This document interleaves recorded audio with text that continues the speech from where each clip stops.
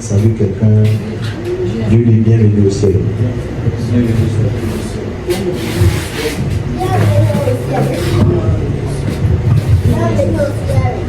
Alléluia. Bienvenue au ciel. Merci Jésus. Bienvenue au ciel.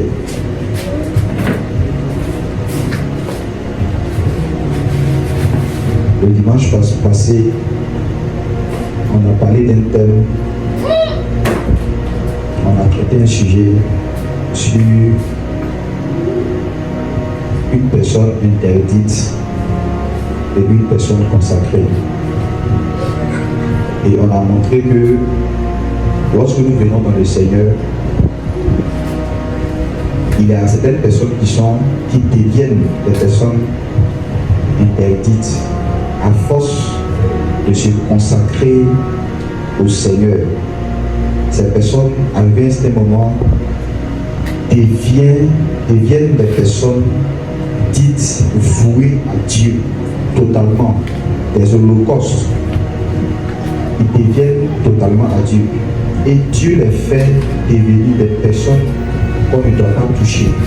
Vous vous rappelez, dans le livre des psaumes, le psaume 105, verset 15, qui dit « Ne touchez pas à mes joints et ne faites pas du mal à mes prophètes. » Donc, on voit comme cela que Dieu donne une interdiction à ce que nous ne pouvons pas toucher ces points. Donc, il y a comme une certaine déclaration faite à leur égard de ne pas les toucher parce qu'ils sont devenus des personnes interdites. Si vous les touchez, il peut y avoir de graves choses qui peuvent venir sur vous. Et même parfois, quand vous les touchez, vous les faites du mal, cela va toujours concourir à un bien quelconque. Lorsqu'on frappait Jésus, on pensait le tuer. Mais malgré qu'on le frappait, on faisait tout cela. Il y avait des démons qui étaient détruits. Et il y avait des filles quelque part qui étaient dans libérées, qui étaient dans d'être sauvées. De cette même manière, lorsque nous appartenons à Dieu, arrivé à ce moment de notre marche avec le Seigneur, Dieu nous fait devenir des personnes interdites. À tel enseigne que tout ce qu'on fait chez toi de mal, cela se change en bien. Et parfois aussi, ces personnes qui sont en train de vouloir du mal, parfois c'est le même malheur là qui va les attraper, qui va venir sur eux. Comme il est dit, ils sont tombés dans leur propre force qu'ils ont creusé pour nous faire du mal. Amen. Donc lorsque nous acceptons le Seigneur, nous devons marcher avec lui d'une manière entière. On doit être entièrement au Seigneur. Ceux qui sont partiellement au Seigneur sont des hommes consacrés. Mais ceux qui sont entièrement au Seigneur sont des personnes interdites, sont des hommes interdits. Et on a vu cela dans le livre de Lévitique chapitre 27. On va revenir juste là, puis on va continuer sur le message d'aujourd'hui. Parce que il y a un peu un rapprochement. Lévitique chapitre 27. La personne qui a trouvé peut nous faire la lecture.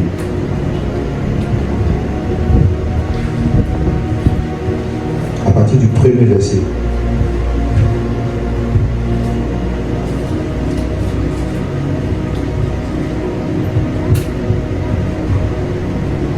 Lévitique 27. C'est la parole de Dieu.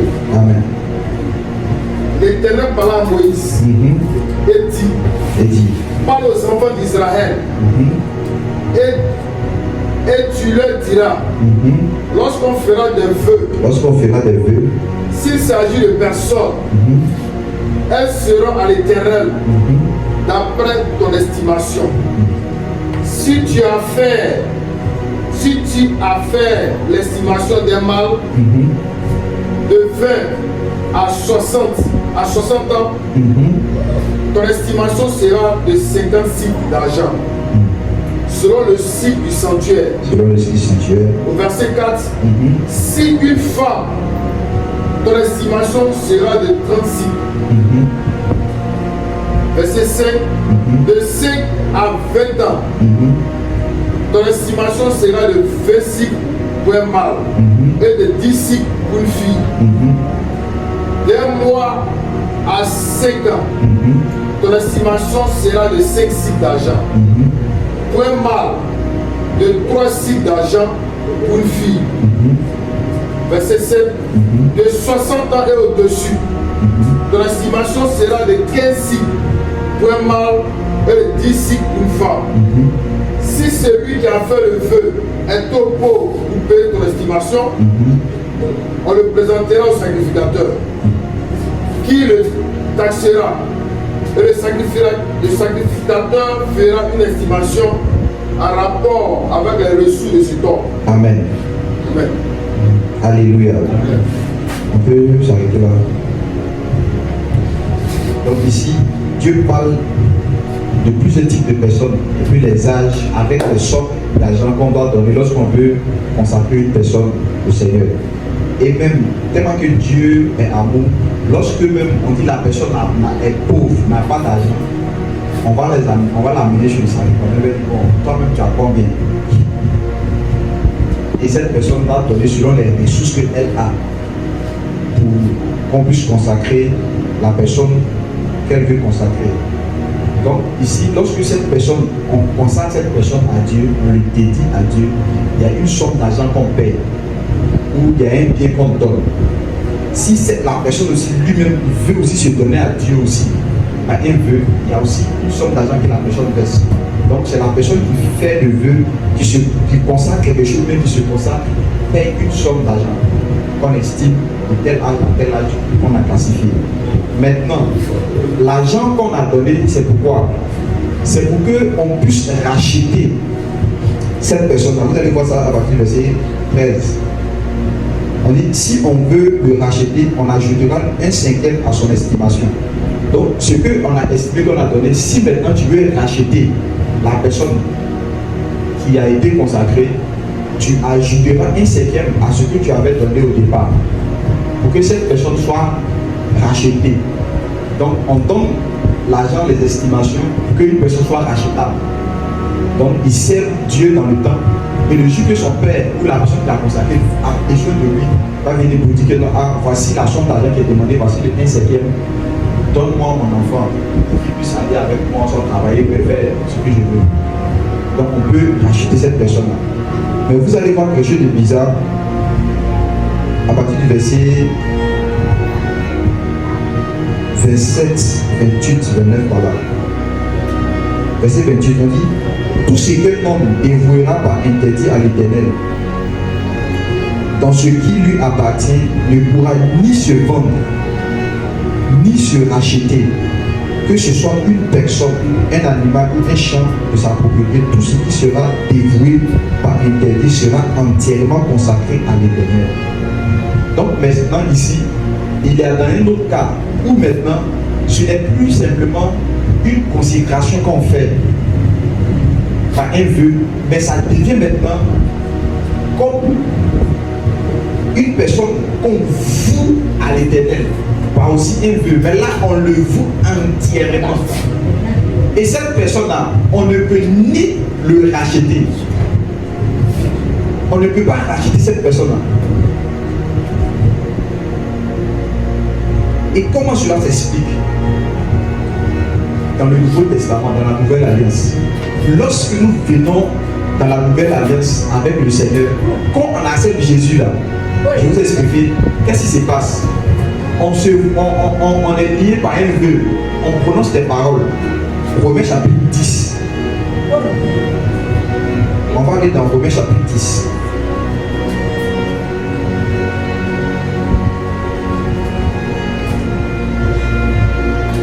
À partir du verset 9.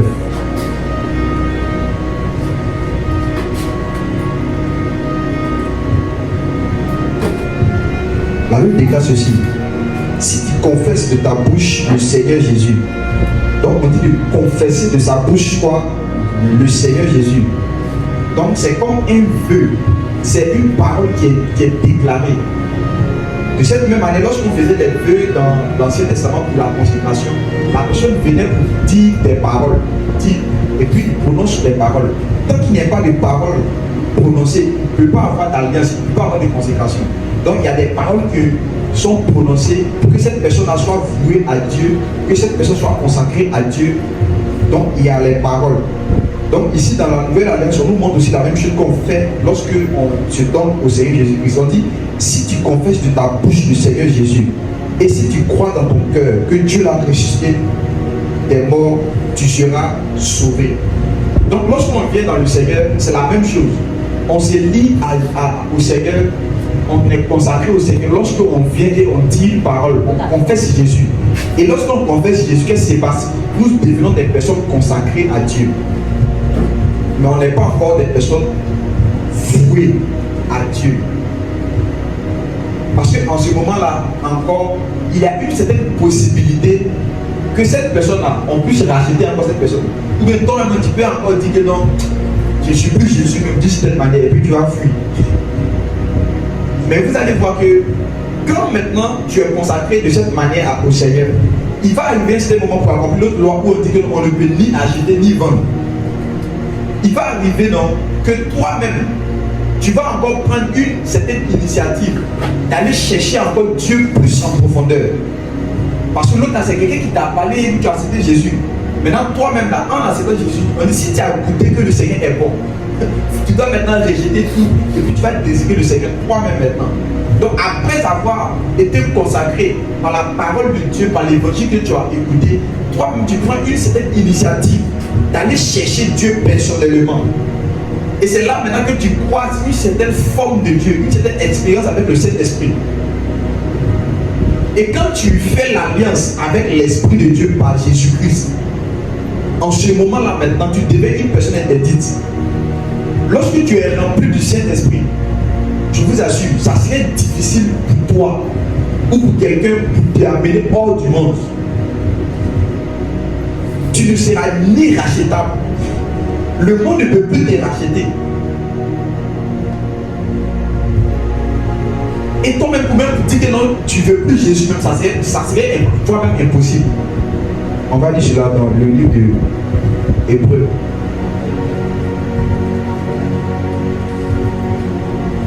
Hébreux chapitre 6.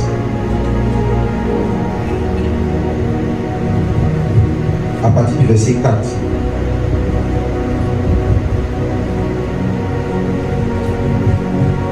La Bible déclare ceci, car il est impossible que ceux qui ont été une fois éclairés, qui ont goûté le don céleste et qui ont eu part au Saint-Esprit, qui ont goûté à la bonne parole de Dieu et à la puissance du siècle à venir et qui sont tombés, soient encore renouvelés et amenés à la repentance, puisqu'ils crucifient pour leur part le Fils de Dieu et l'exposent à l'union. Donc ici ça explique quoi? On dit que non, quand tu goûtes au don spirituel, lorsque tu goûtes au Saint-Esprit, lorsque tu as eu part au Saint-Esprit, tu as goûté à la bonne parole de Dieu. Lorsque tu as été renouvelé par le Saint-Esprit, tu as goûté les puissances du siècle à venir. On dit, au fait, on explique que non, c'est vraiment quasiment impossible que cette personne-là retourne encore dans le monde, que cette personne-là abandonne les choses de Dieu. Car il est impossible que ceux qui ont goûté une fois, on dit c'est impossible même. Donc ça veut dire quoi? De cette même manière qu'on a lu cette loi dans le livre de Lévitique, qui dit que lorsque une personne est consacrée, on donne des estimations pour que cette personne soit rachetable. De cette même manière, lorsqu'on te présente Jésus, c'est comme s'il y a une estimation qu'on peut encore te détourner de Jésus, qu'on peut encore te disqualifier encore de ta bouche. Mais lorsque toi-même, après avoir cru en cette parole-là, après avoir confessé Jésus avec cette parole que tu as reçue de l'évangile là, il faut que toi maintenant tu cherches à aller en profondeur de ta relation avec Jésus. Et là maintenant tu vas croiser le Saint-Esprit. Et quand tu vas croiser le Saint-Esprit, que tu vas faire une expérience personnelle avec le Saint-Esprit, je t'assure, on ne peut ni te racheter. Tu vas être entièrement consacré à Dieu. Entièrement. Et là maintenant, tu vas être dévoué par interdit. Tu vas être scellé du Saint-Esprit. je t'assure, on ne peut plus, rien ne peut t'ébranler. On ne va plus venir dire que non, va sur temps, c'est fini. Parce que lorsque le Saint-Esprit, quand tu goûtes au Saint-Esprit, à la bonne parole de Dieu, quand tu goûtes toi-même, c'est impossible qu'on te ramène encore en arrière. C'est pas possible. À moins que peut-être toi-même tu dis que non, tu ne veux plus Jésus. Quand toi-même tu as fait cette expérience personnellement, quelque chose que les gens vont te dire, quelque chose qu'on va te montrer, toi-même tu dis que non, c'est bon. Parce que tu as cru par toi-même, tu as été lié par feu avec le Seigneur. Et tu as reçu son esprit, tu as expérimenté quelque chose avec le Seigneur, c'est fini comme ça. Donc lorsque on vous prêche Jésus, vous êtes baptisé, vous êtes sauvé, tout ça là, ok. Il faut que vous maintenant, parce que là vous êtes consacré. Or la consécration là, vous pouvez être encore allé dans le, vous pouvez reculer. Il faut que vous cherchiez à devenir des personnes interdites. Où on peut ni vous racheter encore, ni vous vendre encore. Où vous-même, vous êtes scellé par le Saint-Esprit pour le jour de la rédemption. Alléluia. Donc c'est ce que on a essayé de voir un peu la semaine passée, le dimanche passé. Et on va continuer dans cette même élan. Et on va voir un truc simple qui nous donne notre assurance du salut. Est-ce que tu as l'assurance de ton salut? Amen. Est-ce que tu crois que tu es sauvé? Parfois on peut dire Amen, mais on ne croit pas. Parfois on peut dire Amen, mais on doute encore. Est-ce que jusqu'à présent, est-ce que tu doutes de ton salut? Est-ce que tu penses que tu vas être sauvé ou bien tu es sauvé? Alléluia. Et on va voir quelque chose ici. Et ce que j'aimerais dire comme un petit sous-thème ou bien sujet est que les gens ont besoin de Jésus. Ils ont besoin de Jésus. Alléluia. Tu as besoin de Jésus. J'ai besoin de Jésus. Les gens ont besoin de Jésus. Les gens du monde, ils ont besoin de Jésus. Cette semaine, j'ai effectué un voyage. Et on peut dire c'est comme si j'étais dans un environnement. Mais les propos que j'ai entendus des gens, dans mon cœur, j'ai dit ouais, les gens ont besoin de Jésus. C'est parce que parfois, on ne sort pas, on n'écoute pas, on est dans un cadre religieux, toujours à l'église, tu pries, tu t'adores Dieu. Tu ne penses pas qu'il y a des personnes qui vivent, mais qui ne connaissent pas la grâce de Dieu. Si vous ne savez pas cela.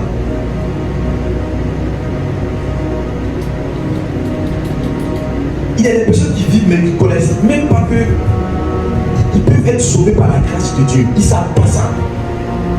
Chez eux, eux-mêmes, déjà, je l'ai défini que donc, quand ils vont mourir, ils seront en enfer. Et puis ils sont prêts pour ça. Oh. Il dit cette semaine, ce qu'il a entendu des propos des personnes, moi-même, j'ai été étonné. Amen. Ça, j'ai conclu par là pour dire que les gens ont besoin de Jésus. Et je vais donner un petit enseignement sur l'assurance de notre salut. Pour que lorsque on va se tenir devant les païens, les personnes qui n'ont pas encore Jésus, on puisse les ramener au Seigneur. Et si toi-même, tu n'as pas encore cette assurance de ton salut, que par cet enseignement-là, que tu reçois l'assurance de ton salut, pour que tu puisses aussi aller annoncer à d'autres qu'ils soient aussi sauvés comme toi tu l'es. Alléluia. Et après ce message, on va prendre des résolutions où on va établir des temps d'évangélisation, des moments d'évangélisation. On va se préparer spirituellement pour cela, pour aller évangéliser. On va faire des programmes. Ça peut être dans un mois, ça peut être dans 2 mois, mais on va prendre des résolutions à partir de maintenant. On va se mettre à prier, à jeûner pour les âmes perdues, pour qu'on puisse les ramener au Seigneur, des personnes malades, qu'on puisse les guérir, comme Jésus l'a annoncé. Parce qu'on ne va pas venir ici faire une église et puis on atteint déjà 1 an et puis on ne voit pas la croissance. C'est parce que nous ne sommes pas encore levés. Si nous nous levions dans l'évangélisation, si nous jeûnons, nous prions, on va gagner des personnes au Seigneur. Mais pour que cela arrive là, il faut que toi-même, tu puisses avoir cette assurance que tu es sauvé, pour que tu puisses aller aussi témoigner de Jésus à d'autres personnes. C'est pourquoi le Seigneur veut que tu quittes cette étape d'être consacré seulement, mais que tu rentres dans l'étape d'être voué à Dieu totalement. Et c'est là qu'en devenant ce sacrifice-là, tu peux aller évangéliser pleinement dans l'assurance du Saint-Esprit. Amen, amen. Tu vas prendre avec moi le livre de Éphésiens chapitre 2, le verset 8.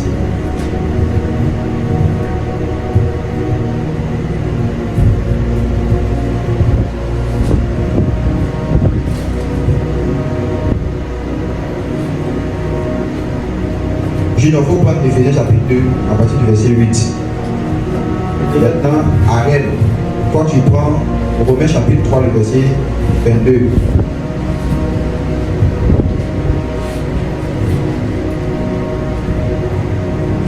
Et puis s'efface, tu prends Romains chapitre 4, le verset 5. On va lire ça d'abord.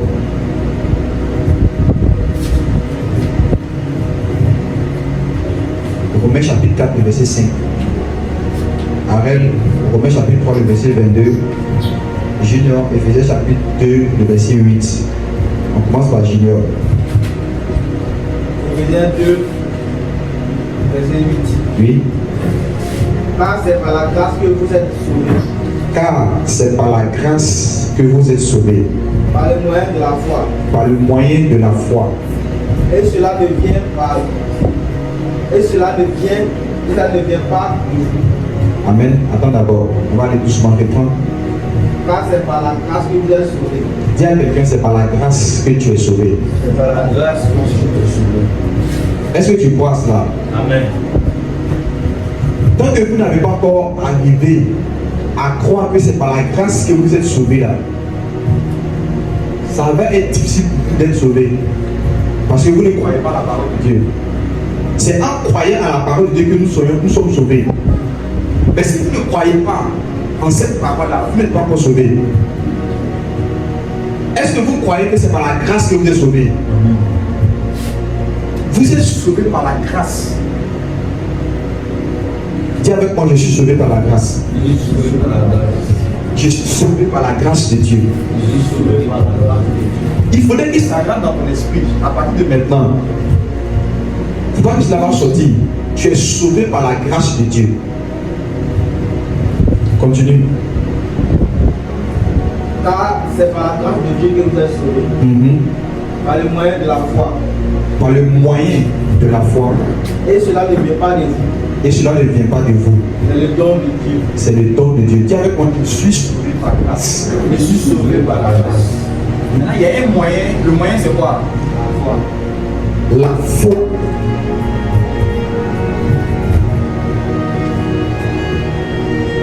Le moyen, c'est la foi. Donc, la foi est un moyen qui me permet d'accéder à la grâce de Dieu pour recevoir mon salut. Et cela, c'est un don de Dieu. C'est-à-dire Dieu m'a fait un don.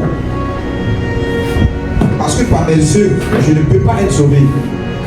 Parce que quiconque veut vouloir être sauvé par ses œuvres, il faut qu'il puisse accomplir toute la loi.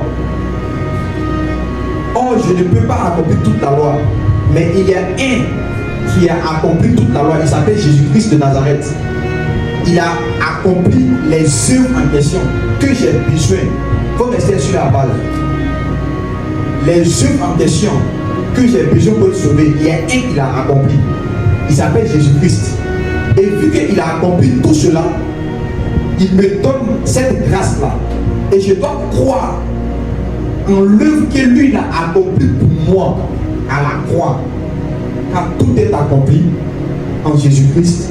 Et en croyant, je puisse avoir la vie éternelle. On dit toutes ces choses ont été en fait que vous croyez que Jésus est le Fils de Dieu. Et qu'en croyant, vous soyez sauvés.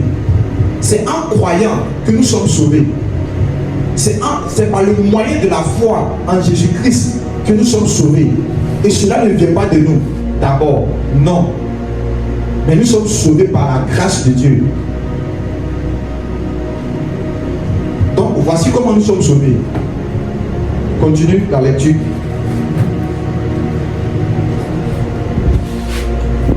Car c'est par la grâce que vous êtes sauvés, par le moyen de la foi. Oui. Et cela ne vient pas de vous. C'est le don de Dieu. Oui. Continue. Ce n'est point par les œuvres. Il dit quoi? Ce n'est point par les œuvres. Ça dit que nous ne sommes pas sauvés par nos œuvres. Afin que personne ne se glorifie. Parce que, regardez quelque chose. Tout à l'heure, si tu es sauvé par tes œuvres et que tu vas au ciel là, tu vas te glorifier. Si tu es sauvé par tes œuvres là, si tu vas au ciel, tu vas te glorifier. Donc, si quelqu'un veut être sauvé par ses œuvres là, il doit accomplir toute la loi. Parce que dès que tu pêches contre seulement une seule loi, ça veut dire toutes les lois qui existent, tu es un pécheur. Même si tu as fait du bien, comment. Mais parce que tu as péché seulement contre une seule loi, ça te rend impur, tu es désobéissant. Donc tu es sauvé par la grâce de Dieu. Pourquoi? Pas sur rien, par une œuvre, par des lois que Jésus, lui, il a accompli. Il a accompli toutes les lois qu'il demandait pour être sauvé. Et c'est en croyant en Jésus-Christ, on reçoit le salut pour être sauvé. Ce n'est plus par des œuvres. Ce n'est pas parce que tu vas prier comme les musulmans le pensent. Tu dois prier, tu dois faire du bien et puis tu vas être sauvé. Si tu arrives au ciel, tu vas te glorifier. Ce n'est plus par les œuvres en fait que nous ne puissions pas nous glorifier. Amen, amen. Ce n'est plus par les œuvres. Continue. Car nous sommes son ouvrage, ayant été créés en Jésus-Christ de bonnes œuvres que Dieu a préparées d'avance afin que nous les pratiquions. Tu peux t'arrêter là. Regarde, il dit ce n'est pas par les œuvres que nous devons être sauvés, c'est pas cela. Mais après maintenant, on dit que nous sommes l'ouvrage de Dieu ayant été créés en Jésus-Christ pour de bonnes œuvres que nous devons pratiquer. Donc, il dit, en lisant ce verset, tu as pensé que non, c'est une contradiction. Il dit, on n'est pas sauvé par les œuvres. Après, maintenant, il dit que non, nous devons pratiquer des œuvres. Donc, la pratique des œuvres, là, c'est pas pour recevoir le salut. La pratique des œuvres, c'est de montrer que nous avons le salut. Amen. Lorsqu'on a cru en Jésus-Christ, là, on est sauvé. Lorsqu'on pratique maintenant les œuvres, c'est plus pour être sauvé. Mais c'est parce qu'on est sauvé que maintenant on pratique les œuvres. Et ça là, c'est plus rattaché au salut. Non. Mais c'est rattaché maintenant à la justice que Dieu nous a donnée. À la force que Dieu nous a donnée, au salut que Dieu nous a accordé.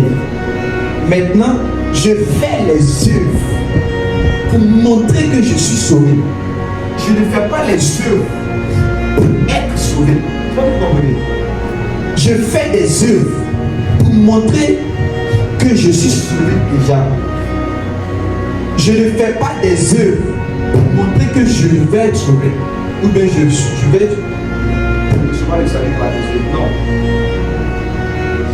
Amen. Est-ce que vous comprenez ce que je suis en train de dire? Amen.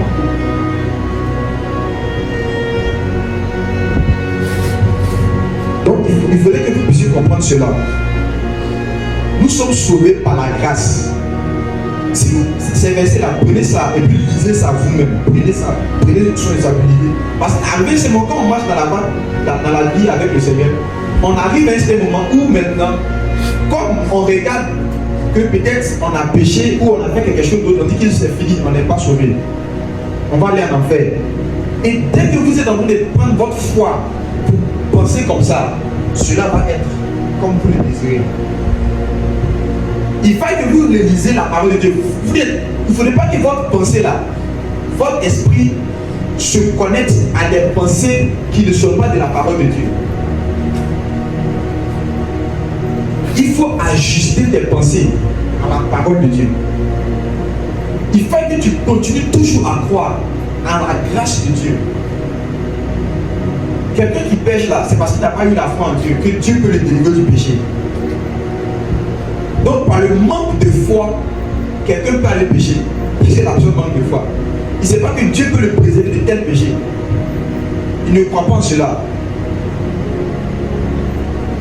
Sa foi baisse et il ne croit pas que Dieu peut le sauver.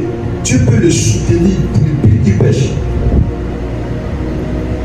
C'est pas Dieu a dit mon juste vivra par la foi. Et si son âme se détourne, cela, mon âme ne va pas prendre plaisir à lui. Si c'est détourne de la foi, je ne vais pas prendre plaisir en lui. Or, sans la foi, nul n'est agréable au Seigneur. C'est par la foi que nous sommes agréables au Seigneur. Il peut arriver que dans ta marche chrétienne, tu tombes dans le péché. Mais il ne faut pas commencer à croire que tu dois tomber, c'est normal de tomber dans le péché. Il faudrait que tu puisses retourner ta foi. Tu dis, je crois à la grâce de Dieu. Je crois que Dieu m'a permis en Christ. Et je ne vais pas tomber. Et tu commences à proclamer cette parole-là. Tu commences à prophétiser cette parole-là. Alléluia. Tu déclares cette parole-là. Que je suis sauvé par la grâce de Dieu. Et je ne tombe pas dans le péché. Je ne peux pas tomber dans le péché comme cela. Je me relève. Je commence à marcher avec le Seigneur. Alléluia.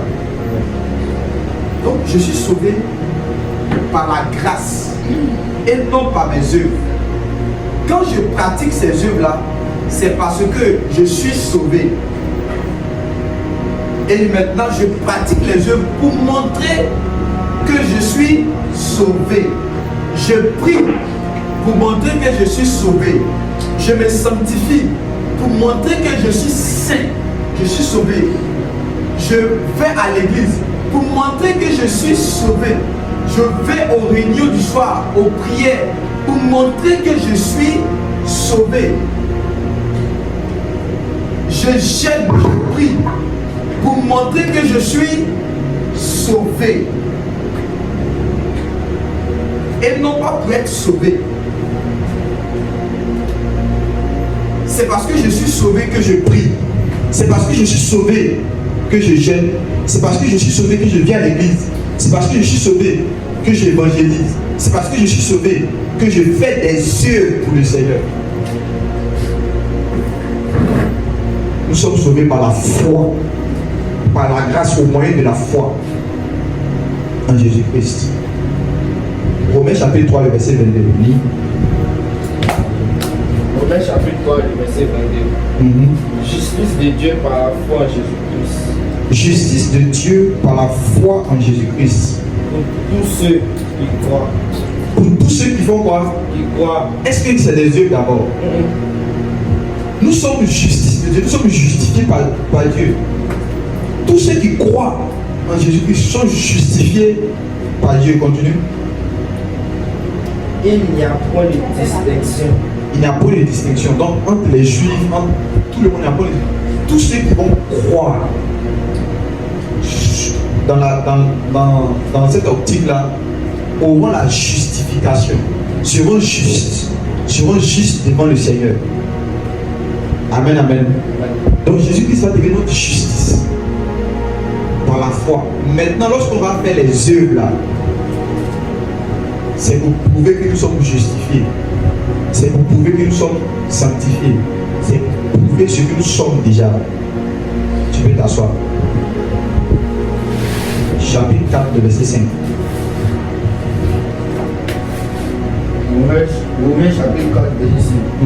Parole du Seigneur. Oui. Et à celui qui ne fait point d'œuvre, mais qui croit en celui qui est juste. Lis le verset 3. Comment ça va le verset 3? Romains chapitre 4, verset 3. Car que dit l'Écriture? Abraham prit à Dieu et cela lui fut imputé à justice. Or à celui qui fait une œuvre, le salaire est imputé non comme une grâce, mais comme une chose due. Tu peux t'arrêter là d'abord. Regarde ici. On dit que donc, si quelqu'un au fait des œuvres là, l'ouvrier mérite son salaire. Il fait une œuvre, il fournit des fois, il travaille. Cette œuvre là, c'est travailler. il a fait des efforts. Donc, la récompense qu'il va avoir là, ce n'est pas une grâce. Donc, si quelqu'un fait des efforts pour aller au ciel là, il n'a pas reçu la grâce. Donc, pour que tout le monde ne se glorifie pas, pour ne pas qu'on se glorifie au ciel là-bas, Dieu a fait que dans le salut soit par grâce. Parce que si c'est les œuvres là, Dieu va te donner des milliers d'œuvres jusqu'à ce que toi-même tu dis que non, tu ne peux plus. Tu veux tout accomplir. Donc tu es obligé de demander la grâce de Dieu. Seigneur, je vais te sauver. Pour qu'il puisse te donner sa grâce. Pour te sauver. Parce que quand on va regarder dans la loi, tu es condamnable. Tu as péché, tu as fait ça, tu es foutu. Donc celui qui fait une œuvre là, ce ne sera plus par grâce. On va lui donner, c'est un mérite. Donc Dieu ne veut pas qu'on mérite. Il veut qu'on puisse nous donner cela par grâce. Parce que quiconque mérite quelque chose va se glorifier. Il ne va même pas louer Dieu, il ne va pas dire merci à Dieu. C'est comme si quand tu reçois ton salaire, est-ce que tu as dit dire merci à Dieu? Tu as fait l'effort, tu as plus que papa, tu t'es blessé même. Quand tu prends ça, le corps, tu es fâché même. Tu dis même c'est petit. Donc tu as fait l'effort, tu as eu quelque chose, tu ne peux pas aller chercher à dire merci à quelqu'un. Amen. Mais lorsque cela vient par grâce, ta louange est extraordinaire. Continue. Et à celui qui ne fait point d'œuvre, mais qui croit en celui qui justifie l'impie. L'impie, c'est le pécheur. Sa foi lui est imputée à sa justice. À justice. À justice. Donc il est justifié. On dit devient juste. Alléluia. Il devient juste. Donc à partir de maintenant, vous devez renouveler votre intelligence. Quand vous allez prêcher l'évangile aux païens là, n'allez pas les dire qu'il faut genre, vivre bien, il faut vivre comme ça pour aller au ciel. Il ne peut pas. Quelqu'un qui est dans le péché comme ça, qui aime le péché comme ça, oh, il ne peut pas être sauvé. Quand tu as fini de le prêcher comme ça, lui il va, il ne peut pas. Il va dire non, attends, il peut. Parce que lui il va prendre le soin pour arrêter de voler, arrêter de pécher. Et puis c'est là maintenant qu'il va venir au Seigneur. Or ça c'est impossible même. Lui-même il ne peut pas arrêter le péché par lui-même. Mais quand vous le prêchez par la grâce, vous le prêchez la grâce, je vous dis, malgré de la même manière que tu es là, il y a quelqu'un qui a accompli les œuvres pour toi. Pour que toi, ce ne soit plus par tes œuvres que tu sois sauvé, mais ça, pour que cela soit par la grâce de Dieu, au moyen de la foi. Donc la personne ne voit que non, si je crois, je vais être sauvé. Mais la personne va commencer à croire. Et quand la personne commencera à croire, la personne va recevoir le salut. Et vu que maintenant la personne a reçu le salut, il aura une transformation dans son cœur. Il va chercher à connaître Jésus. Et le Saint-Esprit va le remplir. Et quand le Saint-Esprit va le remplir, il aura la force maintenant pour fuir le péché. Pour dire non à ça, non à ça. Et tu as gagné la personne.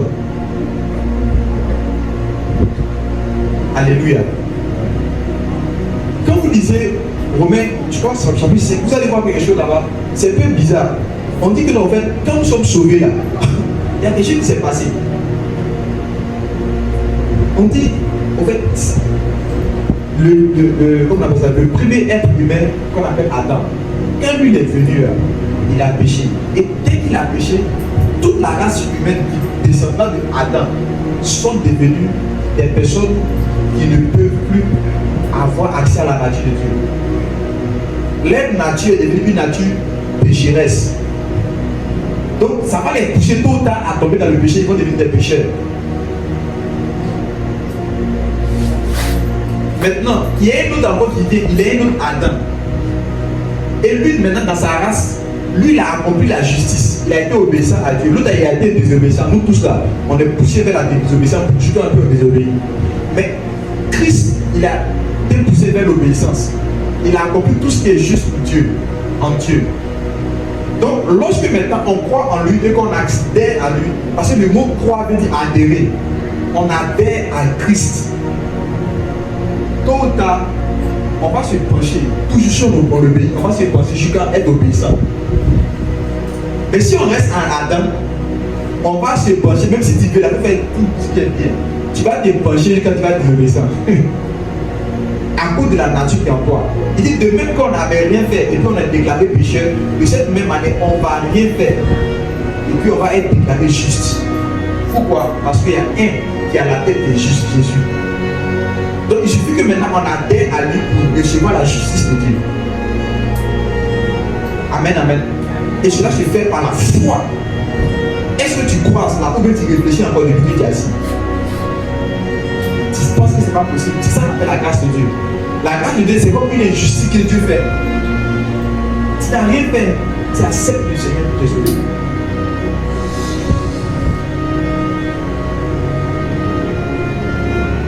Le chant qui parfois il n'a rien fait pour moi, mais il est là-haut, là-bas. Les gens chantent pour ça, mais je ne parle pas.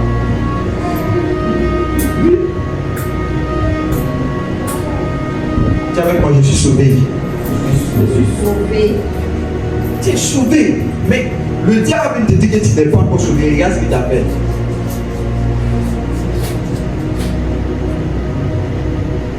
On va lire Jacques. Chapitre 2, le verset 14. On va sauter certains versets pour aller rapidement.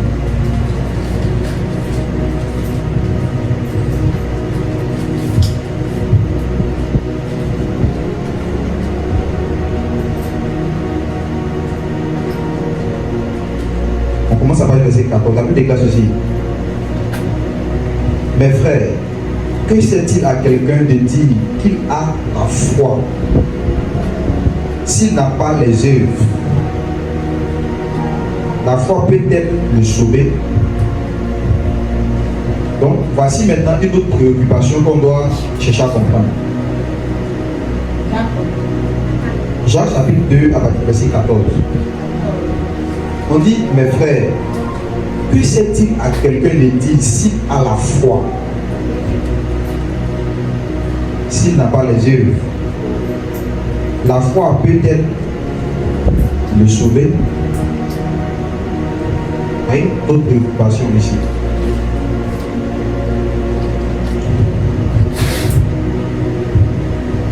Je continue encore pour qu'on puisse mieux comprendre par l'explication que je vais donner.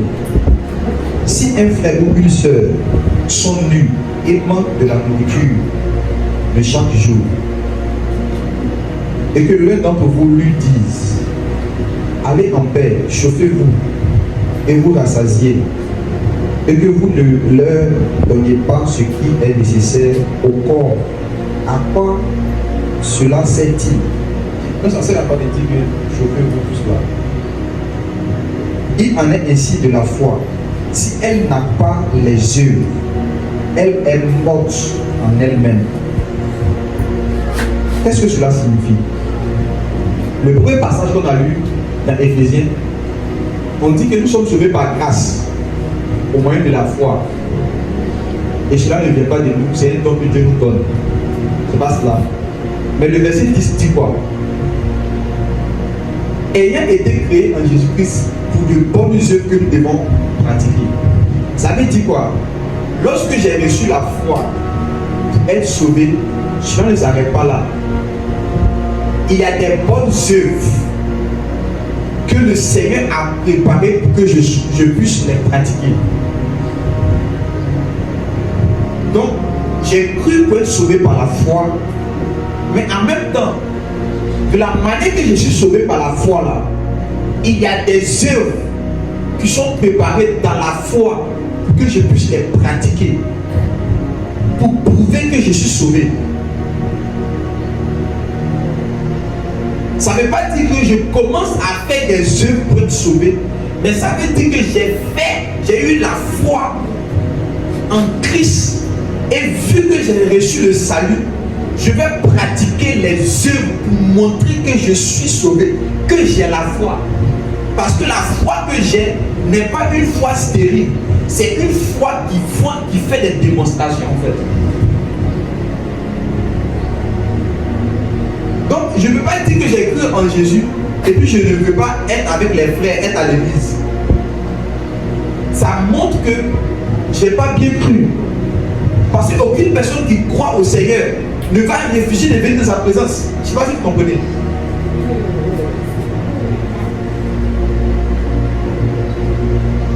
Donc si ma foi est basée sur je crois seulement et que je fais pas, j'ai pas la possibilité de faire des œuvres, ça veut dire que je ne suis pas encore sauvé même.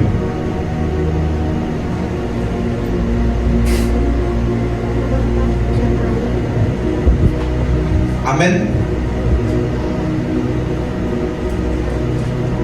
Donc ce qui prouve que je suis sauvé, c'est ma capacité maintenant à démontrer cela par mes œuvres.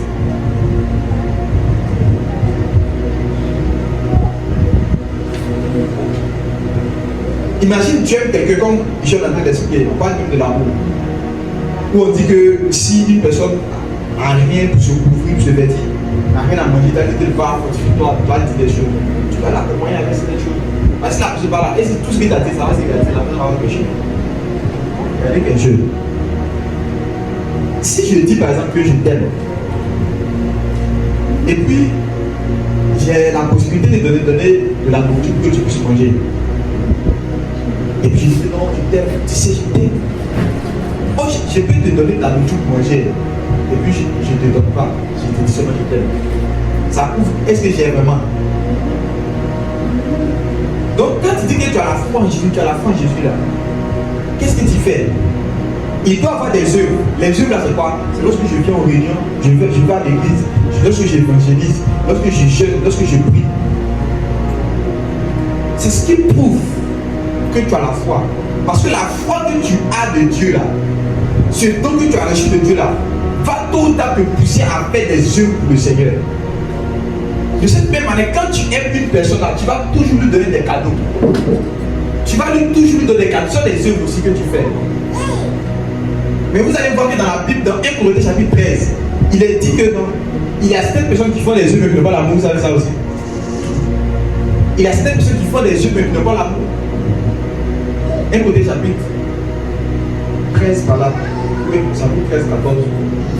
On dit comme ça que si je parle la langue des anges, si je fais toutes ces choses-là, si même je livre mon corps pour être brûlé, si même je fais des dons aux pauvres, tout cela, et que je n'ai pas l'amour, tout ce que je fais ne sert de rien. Vous voyez un peu? Donc il y a des personnes qui peuvent faire tout ça, mais ils n'ont pas encore l'amour. De cette même manière, il y a certaines personnes qui peuvent venir à l'église, réunion du soir, jeûner, prier, mais qui n'ont pas la foi. Donc tout ça, ça ne sert de rien. Donc on commence d'abord à avoir la foi, à croire en Jésus-Christ, que c'est par la grâce de Dieu. Et maintenant, après avoir reçu cette grâce-là me donne la force de fuir le péché. Cette grâce-là me donne la force de pratiquer les choses que Dieu demandait, ou je ne pouvais pas faire avant. Donc la foi est liée à ce qu'on puisse pratiquer des œuvres. Lorsqu'on dit qu'Abraham a cru en Dieu et puis cela a été imputé en justice, Dieu lui a dit que tu es juste là. Est-ce que Abraham a cru seulement et puis Abraham s'est arrêté là? Quand Abraham a cru, Abraham est parti et puis il est parti faire une œuvre en offrant Isaac en sacrifice. Dieu a dit que ne va offrir mon fils. Il dit ok, j'ai cru, Seigneur, je crois.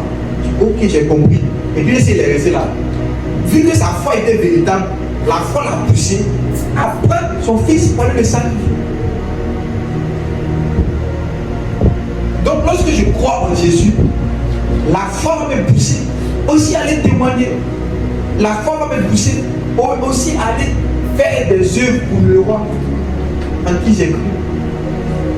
Alléluia. Sinon, si vous croyez, je vais vous dire assez là, votre foi est belle. Maintenant, si vous n'avez pas aussi la foi, et que vous pensez que non, c'est pas les œuvres aussi là, tout ça c'est rien. Vous n'allez pas être sauvé. Donc, comment on doit comprendre ce principe-là? Le principe est clair. Je crois par la foi, sans les œuvres, et je suis sauvé. Et maintenant, comme je suis sauvé, je fais des œuvres pour montrer que je suis sauvé.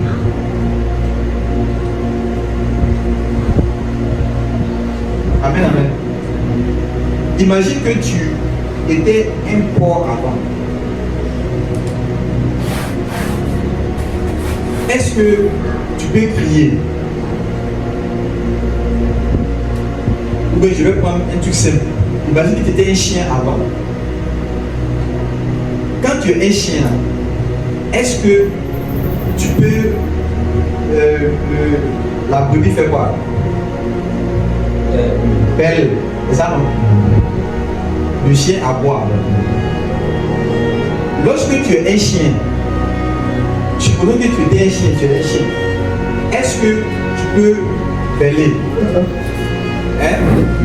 Tu ne peux pas bêler. Mais imagine un chien qui bêle. Est-ce que ça fait de lui un mouton? Ça ne fait pas de lui un mouton. Pourtant, même s'il bêle. Donc, le bêlement, là, ce sont les œuvres. Donc, si tu fais des œuvres étant un chien, tu fais les œuvres de la brebis étant un chien, tu ne vas pas devenir brebis pourtant. Pourquoi? À cause de ta nature. Tout le temps, tu as fini par aboyer encore. Donc, tu ne vas pas être devenu brebis parce que tu bêles. De cette même manière, tu ne vas pas être sauvé parce que tu fais des œuvres. Maintenant, qu'est-ce qui va faire que le chien peut devenir brebis? C'est lorsque le chien change de nature. Donc, si maintenant le chien a changé de nature, son corps a été transformé, régénéré, et puis cette personne maintenant, ce chien-là, est devenu maintenant une brebis. Même si le chien est en train d'aboyer, même si du moins la brebis est en train d'aboyer, la brebis n'est pas encore chien. Ou bien, la brebis est brebis. C'est seulement qu'on ne voit pas encore les œuvres qui montrent qu'il est brebis. C'est pas ça? Donc, tôt ou tard, la brebis va bêler. Et quand la brebis sera en train de bêler, qu'est-ce qui va se passer? On va maintenant, ah voilà, c'est normal. Donc, si brebis, au lieu que tu vas bêler, tu commences à faire des cris, tu commences à aboyer, tu commences à faire tout cela. Mais on va s'étonner. On va dire, mais où est ta foi? Où est ton brebillard? Donc maintenant, étant brebis, je dois faire les œuvres de brebis. Donc maintenant, quand tu as reçu la foi en Dieu, je dois faire les œuvres qui montrent que j'ai la foi.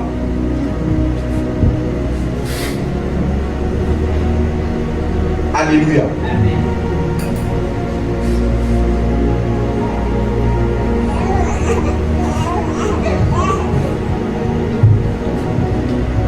Tu vas prendre avec moi 1 Pierre chapitre 1, le verset 23.